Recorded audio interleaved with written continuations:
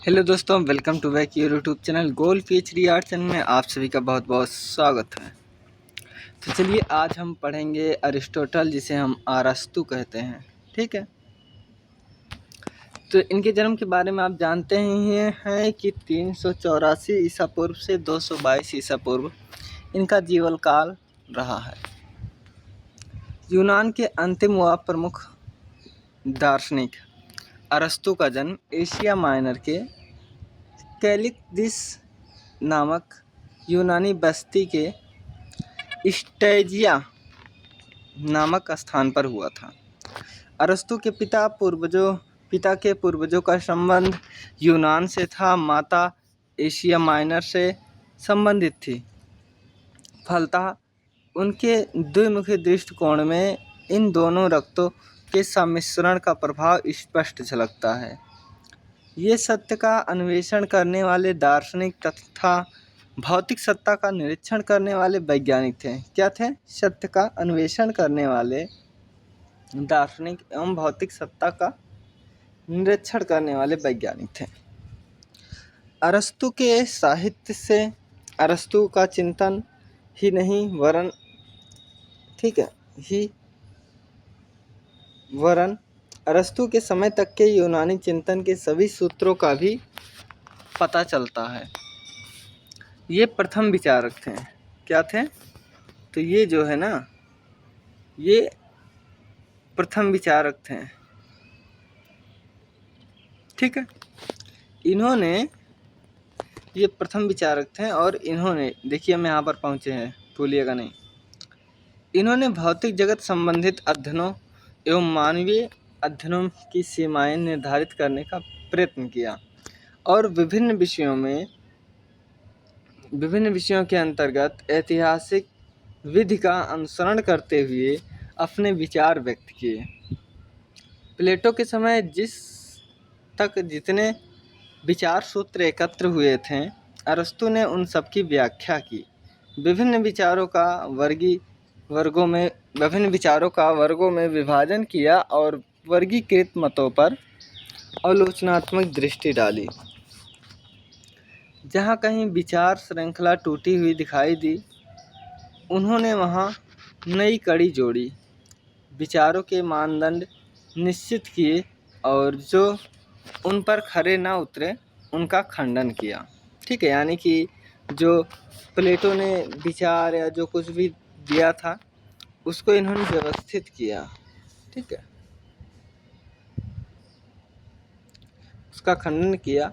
धार्मिक भावनाओं को अरस्तु ने अनावश्यक महत्व नहीं दिया। उन्होंने कहा कि जो धार्मिक चीज़ें, इसे बहुत ज़्यादा अनावश्यक महत्व नहीं दिया। उन्होंने ईश्वर के अस्तित्व का समर्थन किया, किंतु ईश्वर के विवेचन का क्षेत्र भी निश्चित कर दिया कि इतना तक जो है ईश्वर में विश्वास रखना, इससे अधिक मत रखना। ये सब चीज़ें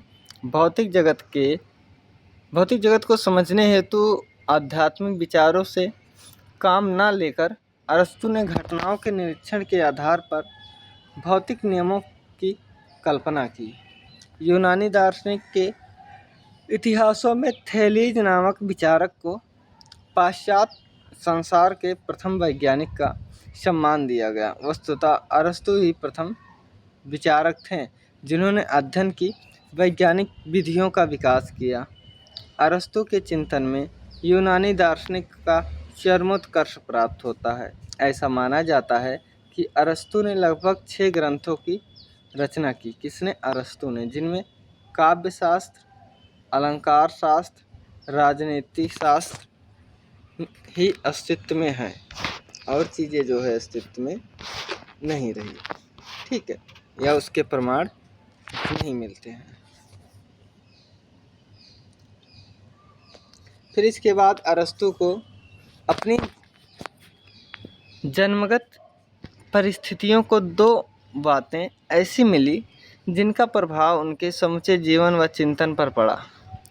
प्रथम तो उनका जन्म मैसेडोनिया नरेश के राजवैद्य के घर होने से बचपन से ही उन्हें एक ऐसे वातावरण के प्रभाव में बढ़ने का अवसर मिला जिसमें वस्तुओं को देखने, परखने तथा समझने की विशिष्ट विश्लेषण मूलक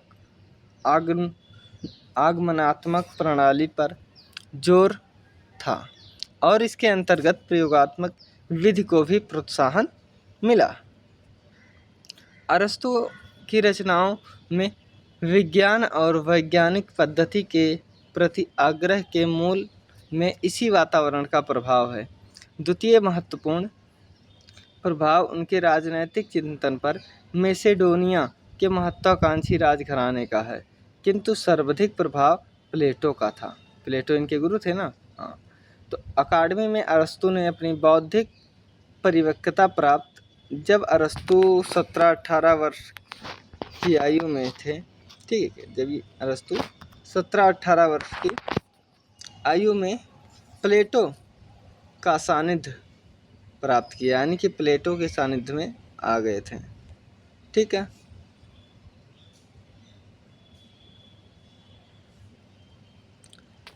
प्राप्त हुआ।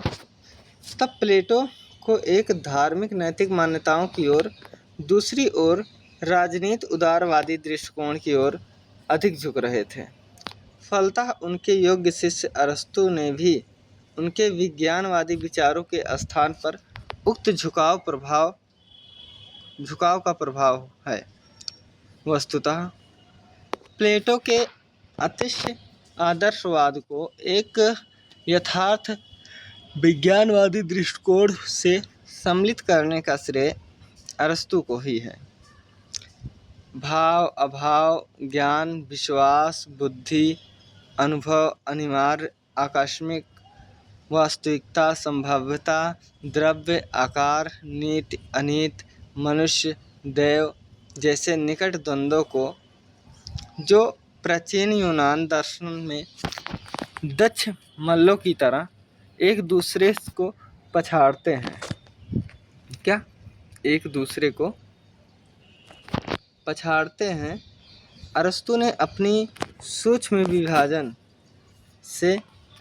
विभाजन संयोजन की संश्लिष्ट प्रणाली द्वारा एक सूत्र में पिरोकर उनका परस्पर विरोध समाप्त कर एक ऐसे विश्व दर्शन की दृष्टि की जो अपने विस्तार व गहराई में न केवल अभूतपूर्व था वरन भविष्य में भी जिसका टक्कर का दूसरा विश्व दर्शन प्रायः 2000 वर्षों तक कांट और हीगल के पहले संभव नहीं था।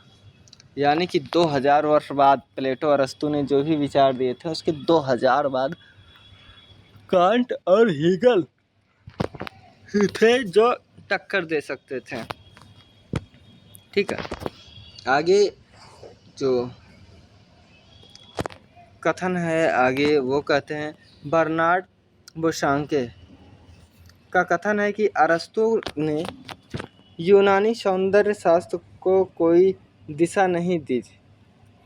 पूर्ववर्ती आचार्यों ने सौंदर्य एवं कला के संदर्भ में जो स्थापनाएं की अरस्तु ने उन्हें ही स्वीकार किया। मात्र यह कह देने से किसी व्यक्ति के महत्व को कम नहीं किया जा सकता कि कहा जा सकता यह भी महत्वपूर्ण कार्य है कि पूर्ववर्ती संदर्भों की उचित व्याख्या की जाए तथा उनके प्रति आलोचनात्मक दृष्टिकोण अपनाया जाए। निम्नलिखित कारणों के आधार पर वह बोशांके ने यह मत दिया। देखो, बोशांके कहते हैं ना कि पहली बात तो कोई आचार्य नहीं थे हेगल ने सिर्फ इतना किया था कि अरस्तु ने सिर्फ इतना किया था कि उनके पहले जो हुए थे, चाहे वो पाइथागोरस हों, चाहे सुकरात हों, चाहे अरस्तु हों, उनके जो विचार थे सिर्फ इन्होंने उसे व्यवस्थित रूप दिया और कुछ नहीं दिया। और एक तरफ कहते हैं कि ये भी व्यवस्थित रूप देना भी एक बहुत बड़ी बात होती है। ठीक है, तो उसी मत से इन्होंने 3 भागों में या कुछ भागों में बांटा है। हम उसे अब देखते हैं। देखो, 1 नंबर जो है इसमें वो आप देख पा रहे हैं, सभी कलाएं अनुकरण पर आधारित हैं। यही बात प्लेटो भी मानते हैं कि सभी कला जो है अनुकरण पर आधारित है। यह कोई नई बात नहीं है, किंतु प्लेटो के अनुकरण का अर्थ संकीर्ण है, जबकि अरस्तु ने उसे विस्तार दिया है। ठीक है, यही अनुकरण का सिद्धांत तो अरस्तु प्लेटो दोनों का है, लेकिन जो प्लेटो का है वो संकीर्ण है, लेकिन अरस्तु वाला बहुत विस्तृत है। दूसरा, सौंदर्य की नीतिपरक व्याख्या अरस्तु ने भी की है और यही प्लेटो ने भी की है। अतः यह कोई नवीन सिद्धांत नहीं है, क्योंकि पहले उन्होंने किया था, उसी को उन्होंने किया है। आगे देखते हैं, 2 हो गया, अब हम तीसरा कारण देख लेते हैं। तो देखिए, तीसरा कारण ये बोलते हैं कि विभाजन में भी जितने विभाजन प्लेटो ने किए उतने ही अरस्तु ने किए।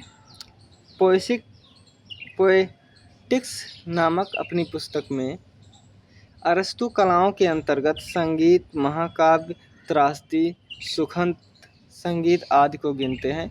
यही विभाजन प्लेटो ने भी किया था। ठीक है, विरेचन के सिद्धांत का भी मूलतः प्लेटो ने उल्लेख किया, किंतु दोनों की मान्यताओं में बहुत अंतर है, प्लेटो के और अरस्तु के। यानी इन्होंने कहा कि जो प्लेटो ने किया वही जो है इन्होंने किया। अगला, संगीत पर इनके क्या विचार रहे हैं वो देख लीजिए। संगीत के जादुई आकर्षण की बात भी प्लेटो पहले ही कह चुके हैं। सभी कलाओं द्वारा मनुष्य को अव्यक्त रूप से शिक्षा मिलती है। विशेषता संगीत, शिल्प, चित्रकला की शिक्षा के क्षेत्र में अपेक्षाकृत उपयोगी है। यही बात प्लेटो भी कहते हैं और यही बात अरस्तु भी। ठीक है, तो अब देखते हैं और नया क्या है या नया क्या चीज़ मिल रहा है। यह सब कहने के पश्चात प्रश्न उठता है कि प्लेटो के बाद अरस्तु को पढ़ने का क्या महत्व, क्या उपयोगिता है, जब एक ही चीज़ दोनों कहे हैं। ठीक है, प्लेटो व अरस्तु के सिद्धांतों में साम्य देखने की दृष्टि बाह्य है, बाहरी रूप से। यदि गहन दृष्टि से अरस्तु के विचारों का अध्ययन किया जाए तो अरस्तु की व्याख्या में हमें नवीन अर्थ मिलते हैं। क्या होते हैं? नवीन अर्थ मिलते हैं। किसके? अरस्तु के। तो विचारकों ने कहा कि जब भैया जौन प्लेटो कहे हैं वह अरस्तु कहे हैं, तो फिर अरस्तु का पढ़े कौन काम बा, प्लेटो पढ़ ला बस। लेकिन कहीं नहीं, जौन प्लेटो है ना, इनका ये पहले हुआ तो इनका पहले विचार रहा, पहले अनुभव रहा, लेकिन अरस्तु उसमें नई चीज़ जोड़े हैं, यही बात कहते हैं। ठीक है, इन दोनों महान यूनानी दार्शनिकों में अंतर चिंतन प्रणाली का है। वैसे तो कोई नहीं है, लेकिन अगर देखा जाए जो चिंतन प्रणाली है इसका अंतर है। प्लेटो प्रायः अपने ग्रंथ वाद या संभाषण शैली में लिखते हैं। उन्होंने इसे द्वंद्व पद्धति कहा है। प्लेटो ने एकमात्र इस पद्धति को किसी भी विषय में समुचित व सुप्रमाणिक ज्ञान माना है। प्लेटो प्रत्येक बात समझाने हेतु कथा और रुचि के माध्यम का प्रयोग करते थे। कैसे? अगर कोई बात बताना होता था तो प्लेटो कथा या रुचि या गाने संगीत की तरह बोलते थे। यह पौराणिक उदाहरण देते हुए उनसे वार्तालाप अधिक रोचक बन सके। यह कलात्मक माध्यम है। क्या? यह कलात्मक माध्यम है। जबकि अरस्तु कोई भी बात वैज्ञानिक और आलोचनात्मक दृष्टि से कहते हैं, वह कलात्मक माध्यम नहीं अपनाते। इसी कारण अरस्तु द्वारा कही गई बात समझने में अधिक बुद्धि की आवश्यकता है। किसकी? अधिक बुद्धि की आवश्यकता है। अभी हम दोनों में अंतर 1 मिनट में बता देंगे, आप बिल्कुल चिंता मत करना। ठीक है, चिंतन में विशुद्ध प्रणालीगत नियमन एवं उसकी आकारिक प्रामाणिकता के बारे में एक व्यवस्थित विचारधारा का स्पष्टीकरण सर्वप्रथम अरस्तु को ही रचनाओं में मिलता है। वह न केवल युक्ति संगति का विश्लेषण कर उनकी आकारिता या तार्किकता स्पष्ट करते हैं, वरन यह भी दिखाते हैं कि किस तरह उन्हें एक निगमात्मक प्रणाली के अधीन आधार वाक्यों और निष्कर्ष वाक्यों के क्रम में रखकर एक विशिष्ट प्रकार की प्रमाणिक और सत्य को भी अनुभव निरपेक्ष है। उपलब्धि की जा सकती है। ज्ञानार्जन के प्रत्येक चरण में हमें एक बुद्धि की व्यवस्था के अधीन कार्य करना होता है। जब इस बुद्धि व्यवस्था के सभी स्तर व अंग हमारे समक्ष स्पष्ट होते हैं, तभी हमें विषय वस्तु का वैज्ञानिक ज्ञान होता है। देखिए, प्लेटो में, अरस्तु में ये था कि जो है कोई बात समझाने के लिए जो प्लेटो ना, वो कहानी, संगीत, इन सब का प्रयोग करते थे, और जबकि अरस्तु जो है वैज्ञानिकता का करते थे। तो सिंपल सी बात है कि जब आप वैज्ञानिकता का प्रयोग करोगे तो लोगों के समझ में कम आएगा। ठीक है, उसमें चिंतन की आवश्यकता पड़ेगी, तार्किकता की आवश्यकता पड़ेगी, इन सब की पड़ेगी। आगे देखते हैं। देखिए, प्लेटो की कला की उत्पत्ति के संदर्भ में प्लेटो ने कहा कि प्रोमीथियस नामक देवता प्राणी मात्र हेतु, जिसके पास जीवन निर्वाह तथा रक्षा का कोई भी साधन नहीं था, एथेना से अग्नि चुरा लाए और धातुकार की कला हेपाटस से चुरा कर लाए। इस प्रकार प्लेटो ने कला का उद्भव प्रोमीथियस देवता से माना है। ठीक है, जिसमें पौराणिक रूप के दर्शन होते हैं, जबकि अरस्तु ने कला का उद्भव स्रोत मानव के दोनों हाथ बताए हैं। यह वैज्ञानिक दृष्टिकोण है। इन्होंने कला का स्रोत पौराणिक देवता में न ढूंढकर ईश्वर द्वारा निर्मित मानव में ढूंढा है। यही समझ में आ जाता है कि इन दोनों के दृष्टिकोण में काफ़ी अंतर है। एक कलात्मक ढंग से कहता है तो दूसरा तर्क और वैज्ञानिक पद्धति से। इसी प्रकार प्रकृति की व्याख्या करते हुए इन दोनों ने, किसने? प्रकृति की व्याख्या करते हुए दोनों ने उसे, ठीक है, दोनों ने उसे शक्ति के रूप में देखा। प्लेटो प्रकृति को देवताओं के संबंध में, जबकि अरस्तु प्रकृति को व्याख्या निरंतर प्रगति के रूप में की। कला की व्याख्या भी इसी प्रकार प्लेटो की कला की व्याख्या सुलझते हुए घुमा फिरा के, जबकि अरस्तु के सृजनात्मक कला ही कला एक ही सूत्र है। देखो, समझ गए ना आप? ये भक्ति पौराणिक कथाओं पर आधारित कार्य करते थे प्लेटो, अरस्तु तर्क पर। ठीक, अब देखिए, अनुकरण का सिद्धांत तो उन्होंने भी दिया है, लेकिन दोनों में अंतर क्या है ये देख लीजिए। चीज़ों को यहीं मैं बिल्कुल स्पष्ट कर दूंगा, क्योंकि दोनों के अंतर पूछ लिया जाता है तो पेपर में बच्चे जो है कंफ्यूज हो जाते हैं। तो मैं यहीं पर जो है स्पष्ट करता हुआ चलूँगा।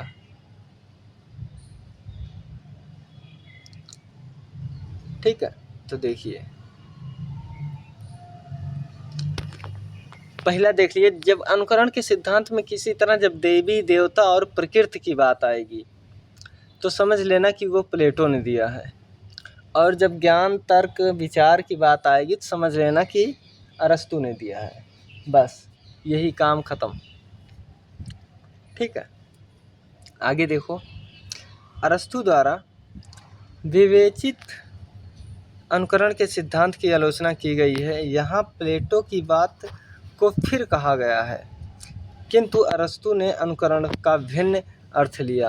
प्लेटो कलाओं को सत्य अनुकरण का अनुकरण कहकर मिथ्या सिद्ध कर चुके हैं। प्लेटो कलाओं को जो है सत्य के अनुकरण का अनुकरण कहकर मिथ्या सिद्ध कर चुके हैं। अरस्तु ने काव्य सत्य को एक स्वतंत्र भूमि प्रदान की और उसे विज्ञान के तथ्य में भव्यतर सिद्ध किया। अरस्तु ने काव्य शास्त्र के अतिरिक्त भी अनुकरण संबंधित अवधारणा का उल्लेख अन्य प्रसंगों में किया, जहाँ के अनुकरण का अर्थ केवल बाह्य प्रकृति का अनुकरण न मानकर मानव की अंतर क्रिया का अनुकरण मानते हैं। वही वे अनुकरण में तथ्य का ही नहीं, संभावना का भी अनुकरण स्वीकारते हैं। इतना ही नहीं, उन्होंने काव्य शास्त्र के अतिरिक्त अन्य रचनाओं में, ठीक है, अन्य रचनाओं में तो यहाँ तक कहा, ठीक है, अन्य रचनाओं में तो यहाँ तक कहा कि प्रत्येक कला और शिक्षा पद्धति का लक्ष्य उन अधूरे कार्यों की पूर्ति है जो प्रकृति से बचे रहते हैं, अर्थात कला प्रकृति के असफल कार्यों की पूर्ति करती है। अरस्तू के अनुसार काव्य या कला का उद्भव मानव प्रकृति की मौलिक प्रवृत्तियों का प्रमाण है। मानव में स्वभावतः अनुकरण की शक्ति होती है। किसमें? मानव में। यही देखो, वो प्लेटो जो है कहते थे ईश्वर और प्रकृति में होती, जबकि ये मानव को बता रहे कि जो है मानव में अनुकरण की शक्ति होती है। अनुकरण की क्रिया आनंदानुभूति होती है जो सार्वभौमिक आनंद से कम है। क्या? जो सार्वभौमिक आनंद से कम है। अनुकृतजन्य, ठीक है, अनुकृतजन्य आनंद सहजात होता है।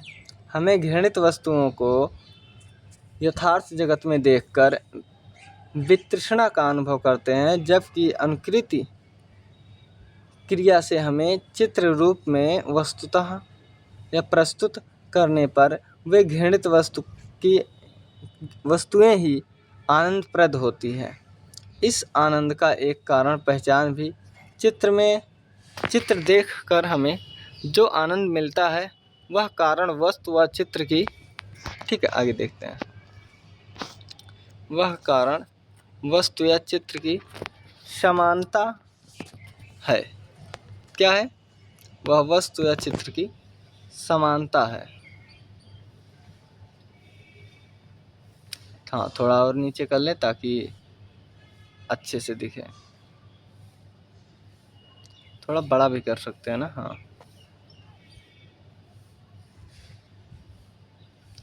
देखिए, कोई भी चित्र देखकर हम कहते हैं कि यह चित्र आदमी, गाय, कुर्सी, पेड़ का है। यदि हमने इन चित्रित वस्तुओं को पहले से नहीं देखा होगा तो चित्र का पूर्ण आनंद नहीं उठा सकते, क्योंकि हमें सादृश्य विधान का बोध नहीं होगा। ऐसी स्थिति में हमें केवल रंग, शिल्प आदि का ही अनुभव पा सकेंगे। हाँ, कुर्सी ही है से बुद्धि का ज्ञान प्रक्रिया के आभास के साथ ही दो प्रवृत्ति का जन्म हुआ, एक ज्ञान पाने की प्रवृत्ति तथा अनुमान करने की प्रवृत्ति। इसीलिए कुरूप घृणित वस्तु की अनुकृति भी आनंदप्रद होती है। यह विचार अरस्तु की नई देन है। अरस्तु करने की प्रवृत्ति में लय एवं संगति की सहजात प्रवृत्ति होती है, अर्थात अनुकरण के साथ ही संतुलन लाना, अव्यवस्था में व्यवस्था लाना मानव की मूल प्रवृत्ति है। इसके कारण ही वह कला सृजन करता है। ठीक है, आगे देखो, निचोड़ अभी मैं बता दूंगा दोनों का क्या है, लेकिन समझते हुए चलो। अरस्तु के अनुसार अनुकरण न होकर रचनात्मक दृष्टि की एक विशेषता है। ठीक है, अनुकरण का विषय प्रकृति या जीवन का बाह्य रूप नहीं है, वरन आंतरिक रूप है, जिसमें अनुभूति, विचार, कल्पना आदि आते हैं। अनुकरण का मुख्य विषय क्रियाशील मानव है, अर्थात मानव कर्ता व उपभोक्ता दोनों ही है। वस्तुतः अनुकरण सिद्धांत में अंतरंग पक्ष की प्रधानता है। वस्तु कैसी है यह कहना कठिन है, किंतु इंद्रिय के माध्यम से हमारे मन में उसका कैसा प्रभाव प्रतिबिंबित हुआ यही बताया जा सकता है। अरस्तु के अनुसार वस्तु कैसी है इसकी अपेक्षा कला सृजन हेतु यह अधिक महत्वपूर्ण है कि वह कैसी होनी चाहिए। इस प्रकार कला की 3 रूप में अनुकरण किया गया है। देखिए, पहली बात, जब इन दोनों का पढ़ोगे ना, तो जिसमें प्रकृति को और ईश्वर को बल दिया जाए तो वो समझ लेना कि प्लेटो के हैं उदाहरण जिसमें मिले, और जिसमें मानव, तर्क, विचार और जो है सौंदर्य को, देखो प्लेटो ने सौंदर्य को ईश्वर माना और इन्होंने कहा कि नहीं, अगर कोई घृणा वाली चीज़ है, जैसे एक सूअर है, ठीक है, और वो गंदगी पूरी लपेटे हुए जा रही है पास से, तो आप क्या करोगे? अपने नाक मूंद के दूर से भाग जाओगे। लेकिन वही अगर सूअर को अगर हम बना देते हैं कला के माध्यम से पेपर पर, तो व्यक्ति सबसे पहले आकर पास देखते हैं। यही अंतर है दोनों में, ठीक है।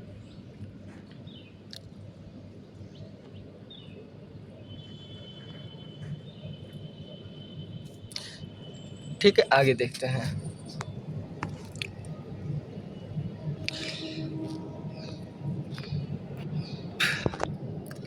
इसके जो 3 और बड़ा कर दूं ताकि आपको दिखे। हाँ, देखिए, जो 3 रूप में विभाजित किया वो कौन कौन सा है? तो प्रतीयमान का रूप या प्रतीय रूप का, जैसा अनुकर्ता को प्रतीत होता वैसा। दूसरा संभाव्य रूप, जैसा वह हो सकता है। तीसरा आदर्श रूप, जैसा उसे होना चाहिए। इन्होंने कहा 3 रूप में, एक है कि जैसा मैं चाहता हूँ, एक वो, दूसरा वो जैसा हो सकता है वो, और तीसरा उसे जैसे होना चाहिए। जैसे देखिए, जैसे मान लीजिए मैं चाहता हूँ भगवान कृष्ण को, ठीक है, मैं चाहता हूँ कि भगवान कृष्ण को पूरा, अगर उन्हें काला बताया गया है तो पूरा काला रंग से ही रंग दो, ब्लैक से। ये हो गया पहला। लेकिन संभावना क्या है? जैसा वो हो सकता है, ठीक है, वैसा करो। और तीसरा, जैसे उसे होने चाहिए, नहीं उसे नीले रंग से रंग दो, क्योंकि कला में काले के स्थान पर नीले का ही प्रयोग किया गया है, भगवान राम का हो या उसमें, ठीक है। तो पहला है कि जैसा मैं चाहता हूँ वैसा, दूसरे जैसे वह हो सकता है, तीसरा कि जैसे उसे होना चाहिए, ठीक है। जैसे मान लो किसी का नाम राम है, ठीक है, किसी का नाम राम है, तो मैं उसे कैसे देखता हूँ, ये कि मेरा क्या विचार है उस लड़के को लेकर। और दूसरा, वह जैसा है, ठीक है। जैसे देख लो, मैं, कोई शिकायत करता है कि, जैसे देखो मैं शिकायत कर रहा हूँ, पहला वाला मैं हूँ, कि तुम्हारा लड़का बहुत नालायक है। अब उसके घर वाले कह रहे हैं कि नहीं, ये तो ठीक है, जैसा ये हो सकता है ठीक ही है। और तीसरा व्यक्ति कह रहा है कि नहीं भाई, उसका राम है तो उसे ऐसे होना चाहिए। तो वही चीज़ 3 रूप बताए हैं, ठीक है। कन्फ्यूज मत होइएगा, क्योंकि हम आपको कन्फ्यूज होने भी नहीं देंगे। हाँ इन तीनों रूपों के अनुकरण में अनुकर्ता की भावना व कल्पना का योगदान रहता है, ठीक है। आगे देखते हैं अब।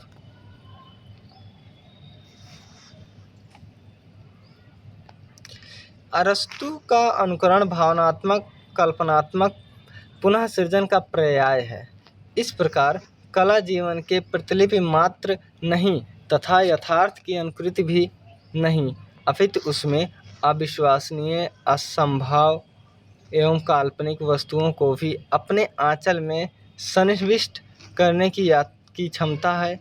और इस प्रकार कला में सुंदर काल्पनिक जगत निहित है।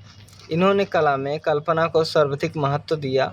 कलाकार में अविश्वसनीय को भी विश्वसनीय बनाने की पटुता अपेक्षित है। कलाकार यथार्थ जगत के अस्त व्यस्त अस्तित्व में से ऐसे चित्र का निर्माण करता है जो बुद्धि बाह्य होता है, उसमें कुतर्क की संभावना नहीं रहती तथा मानव स्वभाव का अस्थायी, ठीक है, तथा मानव स्वभाव का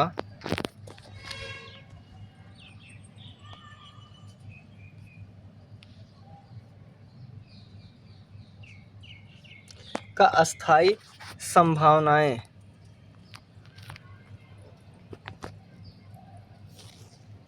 यही है ना। हाँ, भावनाएं अभिव्यक्त करती है। इसीलिए काव्य में सार्वभौमिक एवं आदर्श सत्य की अभिव्यक्ति मिलती है। और इसी कारण अरस्तु ने कला को इतिहास से उच्च माना। उन्होंने कहा कि ये जो कला है ना, ये इतिहास से कहीं उच्च है। इतिहासकार सर्वत्र तथ्यों पर आश्रित रहता है, जबकि कलाकार दृश्यमान वस्तुओं को विस्तृत सामान्य दृष्टि से देखकर सार्वभौमिक को चित्रित करता है, जो प्रत्येक व्यक्ति हेतु किसी न किसी रूप में आनंदप्रद है। काव्य तथा कला में विषय, घटना, विषय ठीक है, घटना विशेष न होकर सामान्य है, वह विशेष देश काल से मुक्त है, वही कहीं भी घट सकता है, इसीलिए वह सार्वभौमिक है। ठीक है, अब अगर हम उदाहरण के लिए देखते हैं, ठीक है, अगर हम उदाहरण के लिए देखते हैं तो देवी देवता के चित्र देखकर प्रत्येक धर्म के व्यक्ति आध्यात्मिक भावना की जागृति होती है कि धर्म देवी देवता की मूर्ति देखकर सबके अंदर जो है ये ईश्वर है, सम्मान है, सर झुकाते हैं, ये सब भावना आता है। इसी प्रकार प्रेम, करुणा व प्रेम के भाव में सामान्य रूप से जागृत करेगी, जबकि इतिहास के तथ्यों पर आधारित घटनाएं जिनमें किसी परिवर्तन या कल्पना को स्थान नहीं है, इसीलिए इतिहास से कला को भव्यतर माना है, बड़ा माना है, विशाल माना है। ठीक है, आगे देखो।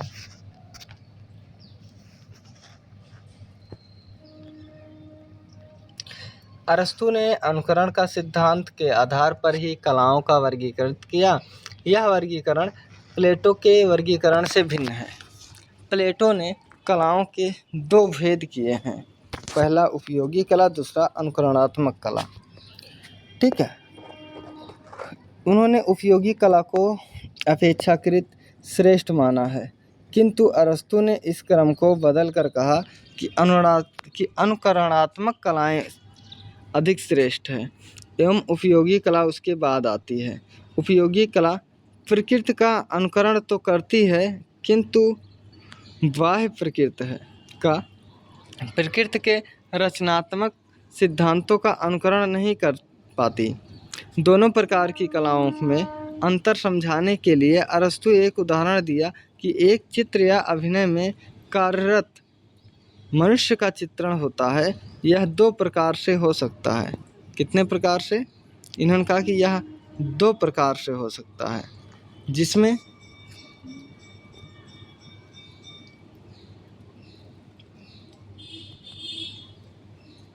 क्या हो रहा है कि यह दो प्रकार से हो सकता है, एक तो हूबहू चित्रण और दूसरा विचार के भाव का अनुकरण। कि एक तो किसी का हूबहू चित्रण बना दो और दूसरा उसके भाव को जागृत करो। दूसरे प्रकार में अनुकरण वास्तविक है, पहले में व्यर्थ का अनुकरण है। इसीलिए अरस्तु ने नाटक को और उसमें भी त्रासदी को श्रेष्ठ माना है। अरस्तु ने अनुकरण के आधार पर कलाओं के वर्गीकरण के 3 आधार माने हैं। कितने? 3। वो तीनों आधार कौन कौन हैं, हम आप सभी लोग देख रहे हैं। तो पहला है,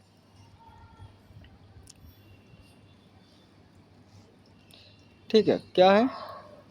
पहला है कि विषय वस्तु, दूसरा माध्यम, तीसरा शैली विधि।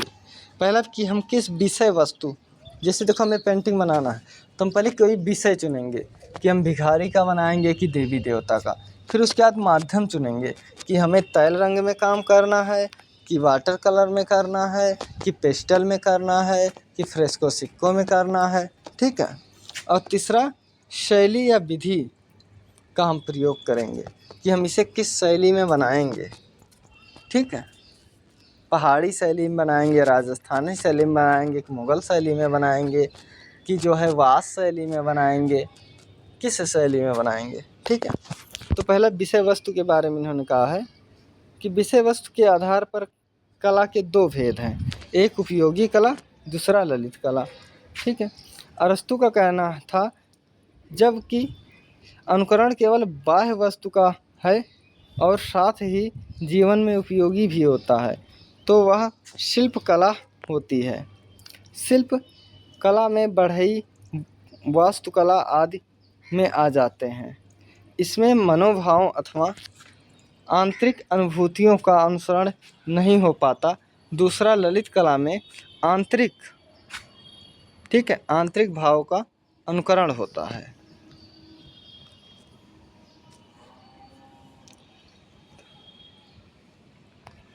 ठीक है, आगे देखो।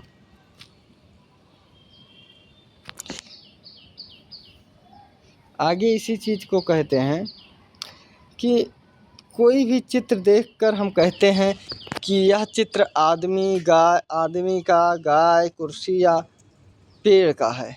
ठीक है, देखकर तभी तो कहते हैं ना। यदि हमने इन चित्रित वस्तुओं को पहले से देखा होगा तो चित्र में आनंद उठा सकेंगे। ठीक है, तो चित्र में आनंद उठा सकेंगे। एक मिनट, मुझे लगता है कि ये हम पहले पढ़ चुके हैं क्या? हाँ, इसे तो हम पहले पढ़ चुके हैं। फिर हम हाँ, ये पढ़ना है। एक मिनट। अंतर्देश विवेचन का सिद्धांत, अनुकरणात्मक सुखार। हाँ,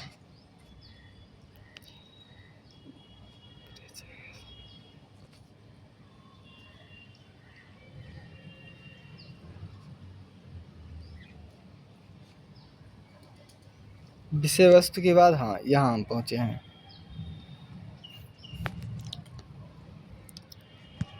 कभी कभी स्लॉट ऊपर की तरफ बढ़ता है, कभी कभी नीचे की तरफ।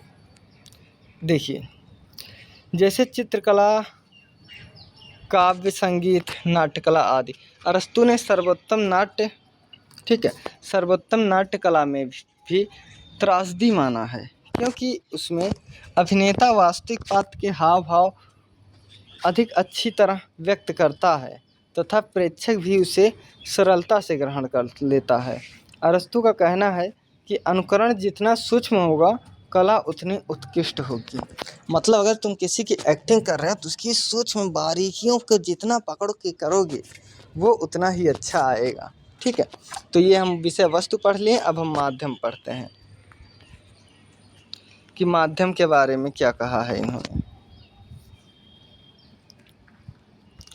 माध्यम के अंतर्गत शब्द, ध्वनि, रंग, लकड़ी, पत्थर आदि आते हैं। इनके आधार पर कला के अनेक भेद हो सकते हैं। संगीत में लय, ध्वनि व सामंजस्य का माध्यम अपनाया जाता है। इसी प्रकार काव्य कला में शब्द ही सब कुछ होते हैं। चित्रकला में रंग, मूर्त कला में लकड़ी या पत्थर माध्यम होते हैं, और कुछ ऐसी कलाएं भी होती हैं जिनमें उपयुक्त सभी माध्यमों का उपयोग होता है। राग प्रधान काव्य एवं त्रासदी और कामदी इन्हीं के अंतर्गत आते हैं। नाट्य कला में इन सब का साथ प्रयोग होने के कारण अरस्तु ने उसे श्रेष्ठ कला माना है। कैसा? देखो, माध्यम मैंने बोला था ना कि चित्र बनाना है तो किस माध्यम में, तो वही चीज़ ये भी बता रहे हैं। ठीक है, अब आगे देख लीजिए।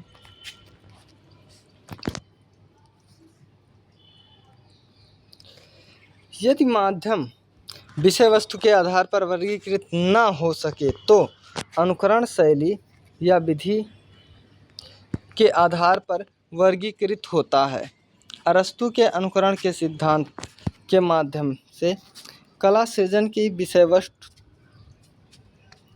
ठीक है, वस्तुनिष्ठ व्याख्या की है। इसकी पृष्ठभूमि मानव की अनुकरण की मूल प्रवृत्ति व उसे आनंदित होने की स्वाभाविक प्रवृत्ति से जोड़ी जा सकती है। प्लेटो ने अनुकरण शब्द का व्यवहार केवल पुनरात्मक के रूप में ही किया, किंतु इसी अर्थ के साथ अरस्तु ने उसमें नया अर्थ भी भरा। कला न तो केवल यथार्थ का अनुकरण है, न भावों का इंद्रजाल ही वह प्रतिदिन जीवन में उठता हुआ सार्वभौमिक सत्य है जो मानव जीवन को प्रकाशमय करता है और नव आदर्श है। इन्होंने कहा किसी को हूबहू बना देना भी कला नहीं है, किसी के भावना को ही व्यक्त कर देना कला नहीं। जो दैनिक जीवन में रोज़ जो घटनाएं घटित हो रही है, इसको प्रकाश में लाना भी कला है। ठीक है, आगे देखो।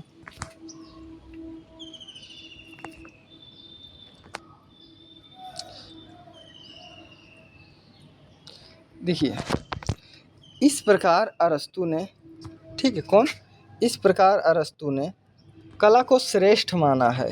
कला का जन्म मानवीय प्रकृति की सहज प्रवृत्ति से होता है। ठीक है, सहज प्रवृत्ति कला में जीवन से घनिष्ठ संबंध है। जो वस्तु जीवन के भीतर से प्रकट होती है वह जीवन के स्वाभाविक और महत्वपूर्ण होगी। मैं थोड़ा डिस्प्ले लाइट बढ़ा लूँ। ठीक है, आगे देखिए। कला का मूल अनुकरण वह संगीत में है। जो कला का मूल चीज़ है, ठीक है, सार है, की पॉइंट है, वो अनुकरण और संगीत में है। सभी कलाएं अनुकरणात्मक हैं। संगीत में भी लय का अनुकरण होता है। इसीलिए वस्तुतः अनुकरण ही काव्य उद्भव का मूल है। अनुकरण से हमें शिक्षा भी प्राप्त होती है। बाल्यकाल में सभी शिक्षाएं अनुकरण के आधार पर ही पर्याप्त होती है। भाषा व लोक व्यवहार हम इसी प्रवृत्ति के कारण सीखते हैं, अतः इसका शैक्षिक उपयोग है। ठीक है दोस्तों, अब आगे देखते हैं।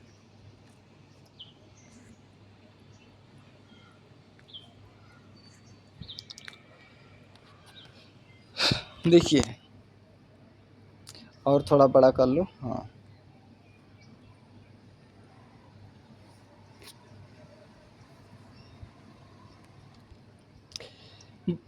संभावनाएं अभिव्यक्ति है। इसी काव्य में सार्वभौमिक आदर्श एक मिनट, इसे हम लोग पढ़े हैं क्या? हाँ, इसे पढ़े हैं।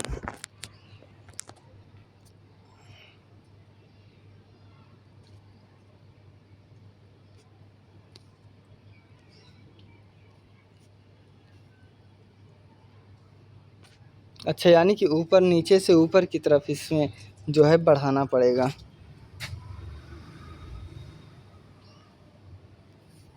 चलिए 4 नंबर और 5 नंबर देख लेते हैं। अनुकरण आनंद भी प्राप्त करता है। इस अनुकरण जन्य आनंद की 2 विशेषताएं। प्रथम तो यह कि यह सर्वव्यापी होता है, और दूसरा हम अनुकृत वस्तु में मूल रूप का सादृश्य पाकर उसे पहचान लेते हैं। इस पहचान के कारण हमें आनंद मिलता है। इस प्रकार पुनर्प्रस्तुतिकरण ही अनुकरण है, हूबहू नकल नहीं है। ठीक है, इन्होंने कहा कि जो हम पुनः बनाते हैं चीज़ें वो कला है, अगर हम हूबहू ही बनाते तो ये भी नकल नहीं है। अनुकरण द्वारा वास्तविक जीवन में भय और दुख की अनुभूति प्रदान करने वाली वस्तु भी आनंददायक हो सकती है। भय व दुख का भी निराकार है। इन्होंने कहा कि जैसे हम कोई फिल्म देखते हैं, ठीक है, तो अगर जो विलन होता है, अगर उसका भाई को हीरो ने मार दिया तो हम ये कभी अफसोस नहीं मनाते कि अरे भाई उसको मार दिया, हीरो ने हाँ गलत किया। नहीं, हमें खुशी होती कि चलो ये ख़राब काम करता था, विलन था, चलो मर गया, अच्छा है। तो वही चीज़ कहते हैं कि कला जो है ना, कभी कभी दुख में भी आनंद देता है। ठीक है, आगे देखो। सोचो कितने बड़े दार्शनिक थे ये लोग ना। कविता का मूल संगीत ही है, इसलिए संगीत आनंद की अनुभूति का संजोद्रेक है। उसकी प्रकृति भावनात्मक है, उसमें भाव स्पर्श करने की क्षमता है। इसी कारण से प्रभावित होकर शायद शरडसवर्थ ने लिखा था कि कविता प्रबल अनुभूतियों का सहजोद्रेक है। क्या? सहजोद्रेक है। किसने कहा था? तो वर्ड्सवर्थ ने। अरस्तु ने आगे क्या कहा? अरस्तु ने अपने विचारों को, ठीक है, किसे? अरस्तु ने अपने विचारों को नाट्य कला के संदर्भ में ही व्यक्त किया है। उनके अनुसार जो कवि शुभ क्रियाओं एवं भद्र मनुष्यों की अनुकृति करते हैं, उनका मस्तिष्क उदात्त व गंभीर होता है। मतलब जो लोग गंदे चीज़ों को लेकर या बेकार चीज़ों की करते हैं, उसमें उनका मस्तिष्क भी जो है इन्वॉल्व रहता है, गंभीर रहता है। ठीक है, ऐसे कवि पहले प्रार्थना या शोक संगीत लिखते हुए दुखांत नाटक लिखने में सफल होते हैं। कुछ कवि अभद्र चरित्र और क्रियाओं की अनुकृत करते हैं। ऐसे कवि सुखांत नाटक लिखने में सफल होते हैं। ये कहते हैं कि जैसे जो लोग अभद्रता दिखाते हैं, पेंटिंग में दिखाएंगे, डांस में दिखाएंगे, वो लोग सफल हो जाते हैं। लेकिन जो लोग सत्यता दिखाते हैं वो लोग असफल होते हैं। जैसे कोई गाना गाने वाला सिंगर है, वो वीडियो में अश्लील सीन दिखा दिया, अश्लील तक लेकर गा दिया तो बहुत तेज़ से वायरल होगा। वहीं कोई अगर भक्ति गीत गा रहा है तो उसका बहुत कम होगा। यही चीज़ें कहते हैं। अरस्तु सुखांत तथा दुखांत दोनों प्रकार के नाटकों को ललित कला में सम्मिलित किया है और आनंदप्रद माना है। ठीक है। अरस्तु के अनुसार दुखांत नाटक शुभ व उच्च क्रियाओं की अनुकृति करता है तथा दृश्य मूलक होता। ये कहते हैं जो दुख होता है या दुखांत होता है वो शुभ चीज़ों का जो है अनुकरण करता है, उसकी कॉपी करता है। इसकी भाषा की अपनी विशिष्टता होती है। इसमें एक पूर्ण चरित्र की अनुकृति होती है, अर्थात दुखांत नाटक स्वयं में संपूर्ण है। क्या? दुखांत नाटक स्वयं में संपूर्ण है। दुखांत नाटक के सामूहिक एकता होती है और वह प्रत्येक समुदाय तथा जाति के व्यक्तियों हेतु आनंद होता है। यहाँ तक ठीक है। अब आगे देखो। आज मैं भी बड़ा बेकार सपना देख लिया। चलिए, दुखांत नाटक किसी गंभीर आत्म परिपूर्ण एवं निश्चित विस्तार से युक्त क्रिया का अनुव्यवसाय है। आलंकारिक भाषा अनुकृत का माध्यम होती है। यह वर्णन शैली में न होकर संवाद शैली में लिखा जाता है। दुखांत यानी दुख का अंत नाटक का प्रयोजन भय, करुणा और जो मन में है वैसे ही भावों को उत्पन्न करके उसका विरेचन करने में सहायक होते हैं। इस प्रकार मनोविकार का विरेचन ही दुखांत नाटक का मूल प्रयोजन होता है। नाटक के 6 अंगों में कथानक एवं चरित्र महत्वपूर्ण है। अरस्तु ने कथानक को नाटक की आत्मा कहा है। क्या? इन्होंने जो है कथानक को जो है चरित्र महत्वपूर्ण है, कथानक और चरित्र, और इन्होंने कथानक को नाटक की आत्मा कहा है। क्योंकि कथानक के अभाव में नाटक रचना संभव ही नहीं है। अगर कोई कलाकार ही नहीं है तो कोई नाटक कैसे खेल सकता है? बताओ, सही बात है ना। कथानक के माध्यम से ही चरित्र को पूर्णता दी जाती है। इसलिए चरित्र दूसरा महत्वपूर्ण तत्व है। संभावित चरित्र कथानक में वास्तविक रूप पा लेता है, तथापि कथानक का विस्तार इतना होना चाहिए जो स्मृति में धारण किया है। ठीक है।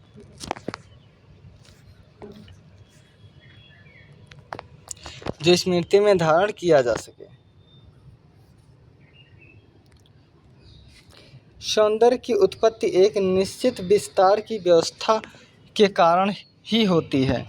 इसलिए कथानक इतना छोटा भी न हो कि वह कोई रूप प्राप्त ही न कर सके। यही नियम चित्र के साथ में इतनी अधिक घटनाएं चित्रित न हों कि संयोजन अव्यवस्थित हो जाए। कहते कि अगर एक पेपर में तुम्हें चित्र बना रहे हो तो उसमें इतने व्यक्ति को भी मत डाल दो कि उसका जो संयोजन है वो बेकार हो जाए, एकदम भीड़ दिखा दो। ठीक है, संयोजन अव्यवस्थित हो जाए। तथा ना ही इतनी कम कर दो कि पृष्ठभूमि में अपेक्षा महत्वपूर्ण हो जाए, कि ऐसा भी नहीं कि पूरे पृष्ठभूमि में एक झंडा गाड़ दो बस। ठीक है। इसलिए कथानक का आयाम इतना ही हो जो एक दिन में प्रदर्शित किया जा सके। ये कहते हैं कि कथानक में इतनी ही हो कि बस एक दिन में उसे प्रदर्शित किया जा सके। ठीक है। कथानक में विकसित एक ही घटना का अन्य घटनाओं में आपस में संबंधित होना चाहिए। यदि मध्यम और अंत में तीनों एक कथानक का पूर्णता द्योतक है। ठीक, ये कहते हैं कि जो है मध्य या अंत में तीनों में से एक में उसे होना चाहिए, मतलब एक ही में होना चाहिए। अभी आगे बताएंगे। यदि इसके बाद कुछ ना कुछ घटता है तो मध्य में के बीच में स्थित है, जिसका सभी घटनाएं अनुगमन करती हैं और अंत घटनाओं की समाप्ति का नाम है। इसके बाद कुछ नहीं घटता, यही कथानक की पूर्णता है। तो देखिए, जिसे कहते हैं कि जो ये फिल्म कथानक की बात कर रहे हैं, तो हम फिल्म को लेकर चलते हैं कि जो फिल्म है ना, इसको ऐसे बनाओ फिल्म की एक दिन में ख़त्म हो जाए। जैसे फिल्म आजकल 2 घंटे 2.5 घंटे की बनती है, तो आदमी 2-2.5 घंटे निकाल लेता, पता लगा अभी 24 घंटे का हो तो कौन देखेगा? कोई आधा देखेगा, कोई आधा से कम देखेगा, पता ही नहीं पाएगा। इसलिए कहते हैं कि इतना दो समय उसमें कि व्यक्ति अपना समय आसानी से दे दे और वो कहीं न कहीं से मेल खाता हो। आप देखे होंगे बहुत फिल्मों की ओवरऑल कहानी देखोगे तो एक ही जैसे होती है। तो कहते हैं कि ये मेल भी खाती हो और यह जो है घटना लास्ट में अंतिम में जो घटती है वह घटना पूर्ण कथानक हो। कि अगर हीरो है शुरू में, मान लो अगर फिल्म आप देखे होंगे बहुत कि जिसमें बचपन में हीरो खो जाता है तो कोई किसी को उसे पालता है, उसे खिला पिला के बड़ा करता है। फिर अंत में ये निकलता है कि किसी विलन होते हैं जो दोनों के विलन होते हैं, मतलब दोनों का नुकसान किए रहते हैं। फिर दोनों भाई मिलकर उसको मार देते हैं, फिर वो दोनों भाई आपस में मिल जाते हैं। ठीक है, तो ये क्या है? ये कथानक पूर्ण हो गया कहानी। तो यही चीज़ ये कहते हैं।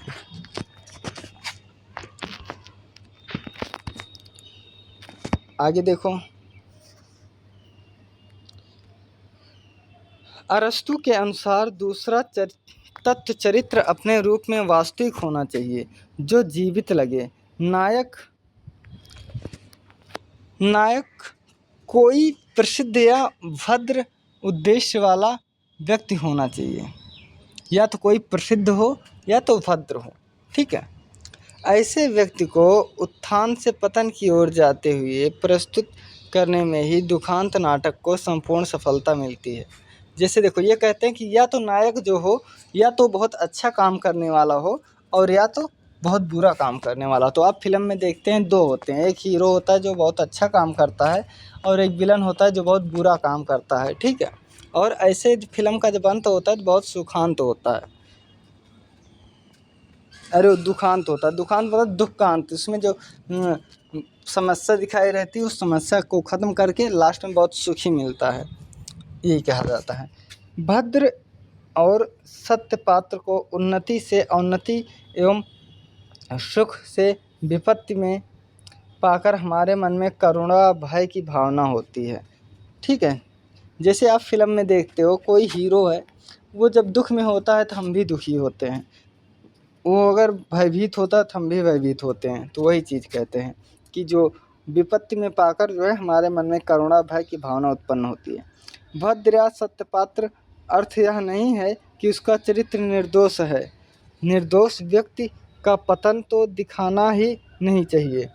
देखो, ये कह रहे हैं ऐसा नहीं कि जो अच्छा काम कर रहा है उसे पतन कर दो, नहीं।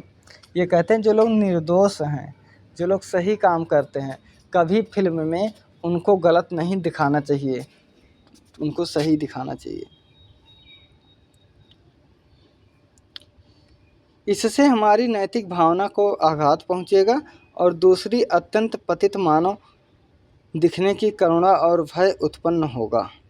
ठीक है, ये कहते हैं अगर जैसे कोई हीरो है, मान लो बहुत अच्छा काम कर रहा है और उसको फांसी दे दिया जाए, ऐसे अंत कर दिया जाए, तो फिर वो क्या होगा कि वो हमारे मन में जो है, ठीक है, वो हमारे मन में फिर दुख होगा कि बताओ इतना अच्छा हीरो है, इतने अच्छा ये सब काम किया और इसको इन्होंने जो है मार दिया। ठीक है, यही होता है ना। हाँ, मैं चार्जिंग लगा लूँ, 1 मिनट, क्योंकि 1% बची है। अगर कट हो गया या हाँ, अब चलो।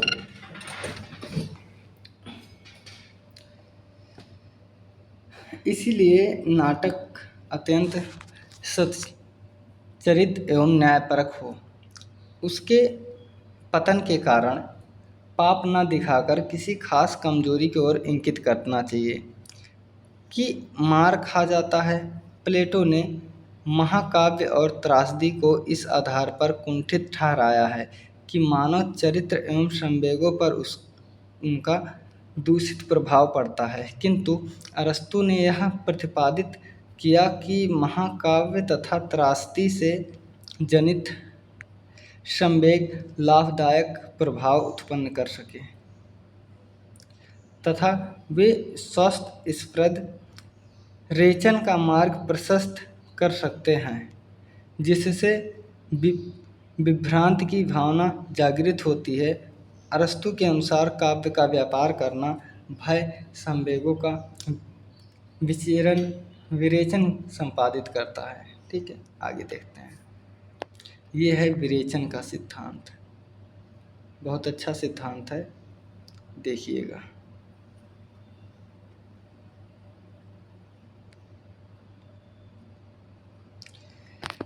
विरेचन का सिद्धांत। विरेचन अर्थात कैथारसिस शब्द प्लेटो के विचारों में सर्वप्रथम दृष्टिगत होता था। इसका विशिष्ट एवं महत्वपूर्ण प्रयोग अरस्तू ने मानव जीवन को, मानव मन पर पड़ने वाली त्रासदी के प्रभाव को उद्घाटित करने के लिए किया है। विरेचन के संबंध में अरस्तू ने कहा है कि त्रासदी किसी ऐसी क्रिया की अनुकृति है जो गंभीर एवं अपने मन में पूर्ण हो और जिसमें विशेष गरिमा हो, जिसकी भाषा विभिन्न साधनों से अलंकृत हो और कृत के विभिन्न अंशों को व्यवस्थित, ठीक है, क्या है, व्यवस्थित हो।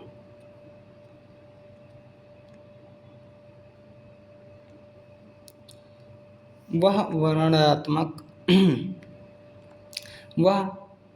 वर्णनात्मक न होकर नाटकीय हो, उसमें करुणा भय इस प्रकार संयोजित हो कि इन्हीं संवेगों का विरेचन समाप्त हो सके।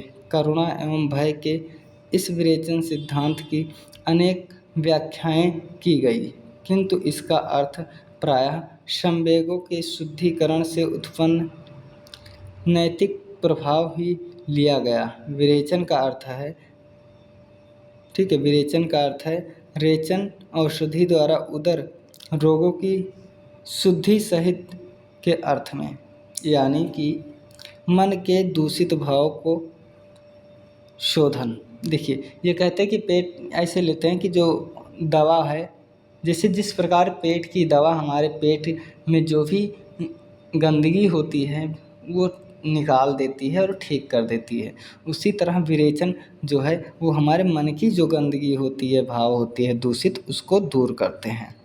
जिस प्रकार औषधि का प्रभाव शरीर पर पड़ता है, उसी प्रकार त्रासदी का प्रभाव आत्मा पर पड़ता है। विरेचन द्वारा संवेग संतुलित हो जाते हैं, अतः अंततः मन की शांति की अवस्था से आनंद उत्पन्न होता है।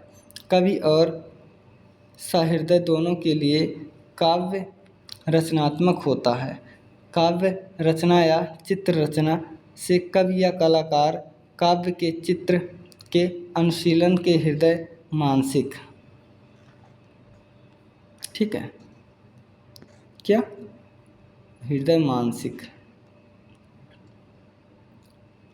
शांति और विश्रांति का अनुभव होता है।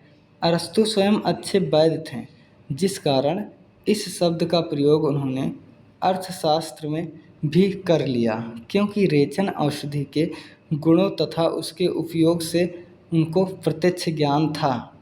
परवर्ती आचार्यों ने इनके विरेचन सिद्धांत को 3 अर्थ में निर्धारित किया है, जिसमें हम देखते हैं कि वो 3 अर्थ कौन कौन से हैं।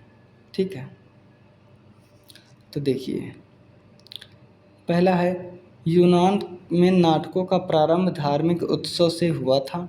यूनान में डायनोसियस नामक देवता से संबंध उत्सव अपने आप में एक प्रकार की शुद्धि का प्रतीक था।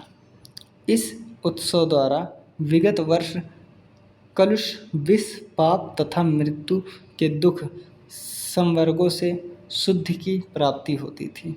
प्रोफेसर लिवी के कथन हैं कि अरस्तु के जीवन काल में ही यूनानी त्रासदी का प्रवेश रोम में कलात्मक उद्देश्य की पूर्ति के लिए नहीं, वरन एक प्रकार से धार्मिक अंधविश्वास के रूप में किसी महामारी के निवारण ठीक है के निवारण हेतु होने लगा था। अपने ग्रंथ राजनीति शास्त्र में संगीत आदि के प्रभाव का वर्णन करते हुए अरस्तु ने एक अन्य धार्मिक प्रक्रिया का उल्लेख किया है। क्या एक अन्य धार्मिक प्रक्रिया का इन्होंने उल्लेख किया है?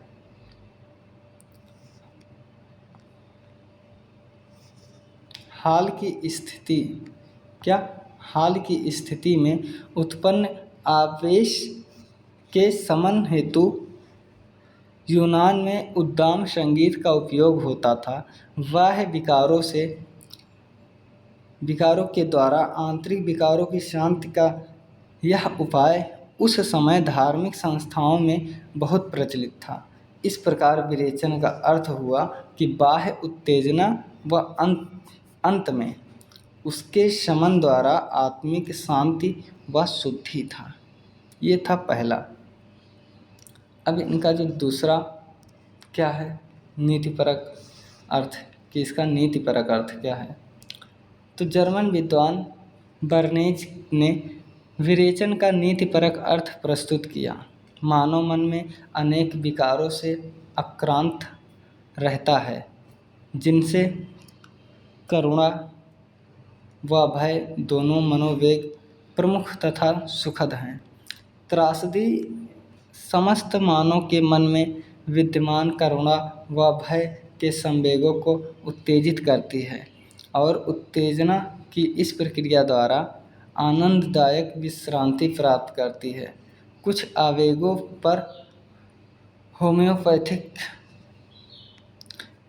चिकित्सा का जो प्रभाव पड़ता है, उससे भी अधिक प्रभाव त्रासदी होता है। दर्शक के मन में सर्वप्रथम करुणा क्या होता है? दर्शक के मन में सर्वप्रथम करुणा का उद्वेग होता है। ठीक है, करुणा का उद्वेग होता है।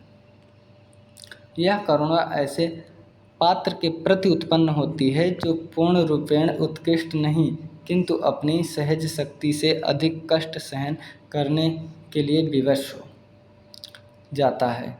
करुणा व भय ऐसे सहानुभूतिजन्य कंपन हैं जो हम ऐसे पात्र के लिए अनुभूत करते हैं जो समानता हमारे सदृश होता है।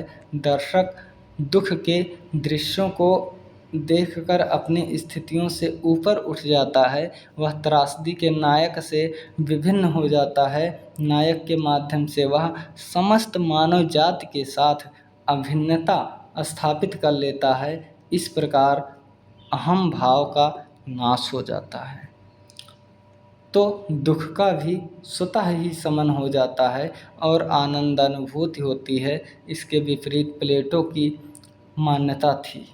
क्या? इसके विपरीत प्लेटो की मान्यता थी कि नाटक के प्रभाव से दर्शक बहुरूप हो जाता है और मूक अभिनयात्मक प्रवृत्ति से मानव निजी व्यक्तित्व को खो देता है और इस प्रकार वह स्वयं अपने लिए मिथ्या सिद्ध होता है।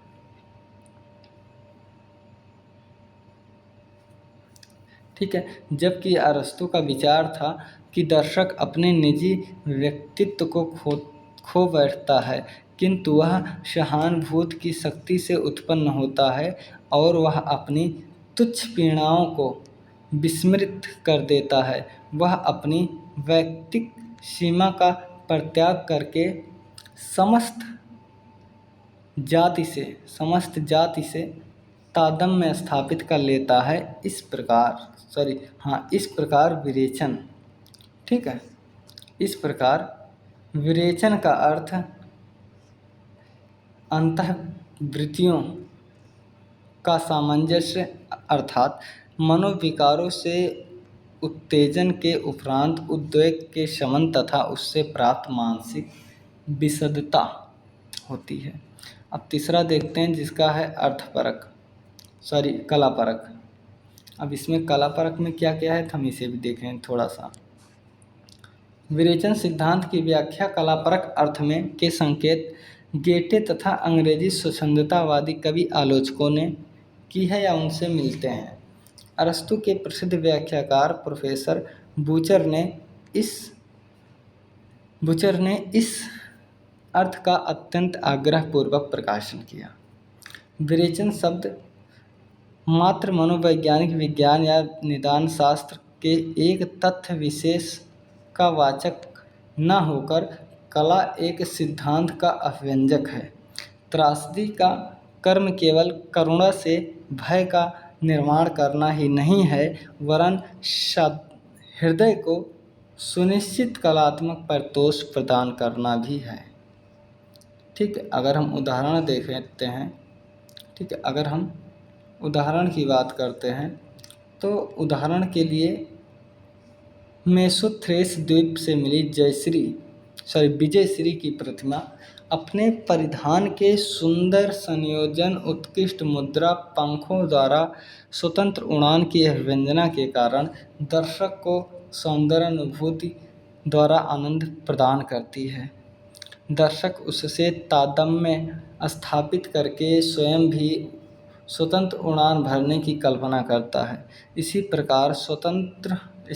प्रकार त्रासदी के नायक की विपत्ति देखकर दर्शक स्वयं कष्ट, दुख और भय को अनुभव करता है। जिस प्रकार फिल्म में मैंने बताया ना कि जब हीरो होता है, अगर उसे दुख पड़ता है तो हम भी दुखी होते हैं, वो गुस्सा होता है तो हम भी गुस्सा होते हैं, तो वो भय अनुभव करते हैं हम लोग, तथा इन भावों के निराकरण द्वारा एक परितोष प्राप्त करता है, जिससे अंत में उसे कलात्मक परितोष मिलता है। यह कलात्मक परितोष दर्शक व कलाकार दोनों को ही मिलता है। कला सृजन से कलाकार तथा कला परिशीलन से सहृदय दोनों के मनोभाव उद्वेलित होकर शांत हो जाते हैं और कलात्मक अनुभूति होती है। विरेचन में मानसिक संतुलन पूर्ण भाग है, जिसकी परिणति तो कलात्मक परिणति एवं परिष्कृत है। त्रासदी, ठीक है, त्रासदी या कला के कलागत आस्वाद का वृत्त पूरा नहीं होता। क्या होता? वृत्त पूरा नहीं होता। अब सौंदर्य के विषय में क्या कहा गया है, तो अब हम इसे देख लेते हैं थोड़ा सा, क्योंकि 2 पेज और बचा है बस।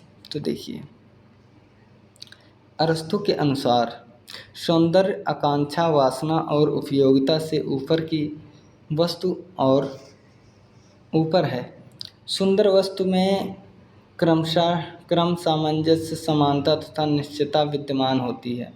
किसी भी वस्तु, चित्र या काव्य आदि के निर्माण विभिन्न अंगों के द्वारा किया जाता है तथा इन अंगों में एक व्यवस्था एवं सामंजस्य के साथ ही एक निश्चित आयाम या विस्तार होना भी आवश्यक है।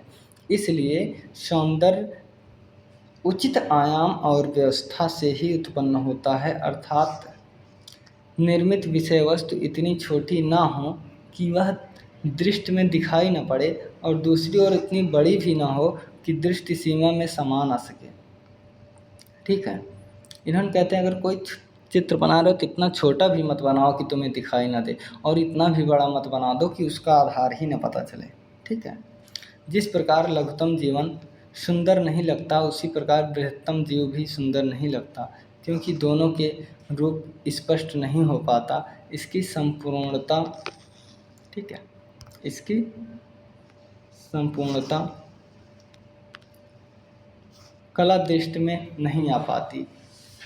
नाटक के कथानक के आयाम भी निश्चित होना चाहिए, जो स्मरण शक्ति की सीमा में धारण किया जा सके। इस प्रकार सौंदर्य की 3 विशेषताएं निर्धारित होती है, एक निश्चित आयाम, संतुलन और सामंजस्य, ये 3। ठीक है, अब आगे देखते हैं, इन तीनों में देखते हैं आगे क्या क्या है, कैसे कैसे है। अरस्तु ने सौंदर्य एवं शिव में भी भेद है। अरस्तु ने सौंदर्य और शिव में भी भेद किया है।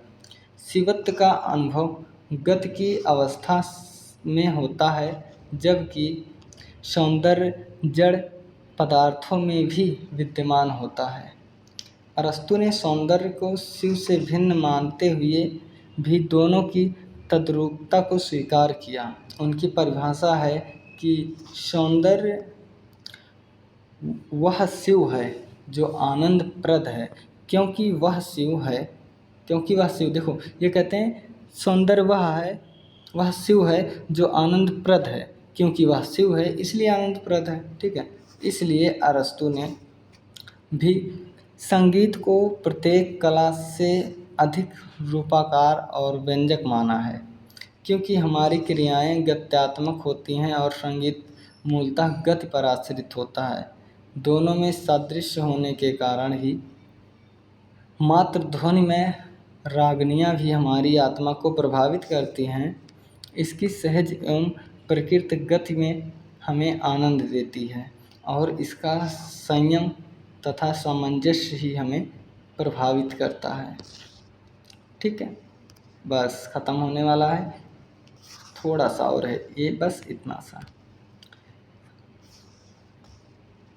अरस्तु ने सौंदर्य को शिक्षा में ही सहायक माना है। सौंदर्य बोध के अभाव में शिक्षा अपूर्ण है। ठीक है, शिक्षा अपूर्ण है। चित्रकला का उद्देश्य ज्ञान और कौशल की वृद्धि करना है।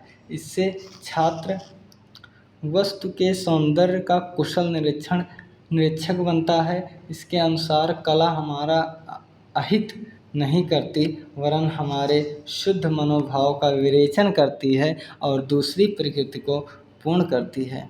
संगीत को महत्व देते हुए भी अरस्तु ने नाट्य कला को ही श्रेष्ठ माना है तथा मुख्य रूप से उसी का विवेचन किया है, क्योंकि नाट्य कला में अन्य कलाएं भी किसी न किसी रूप में समाहित हैं। तो हम लोग जो है विवेचन का सिद्धांत भी पढ़ लिए, पता ही नहीं चला। ठीक है दोस्तों, तो अब अपना ख्याल रखना। Take care.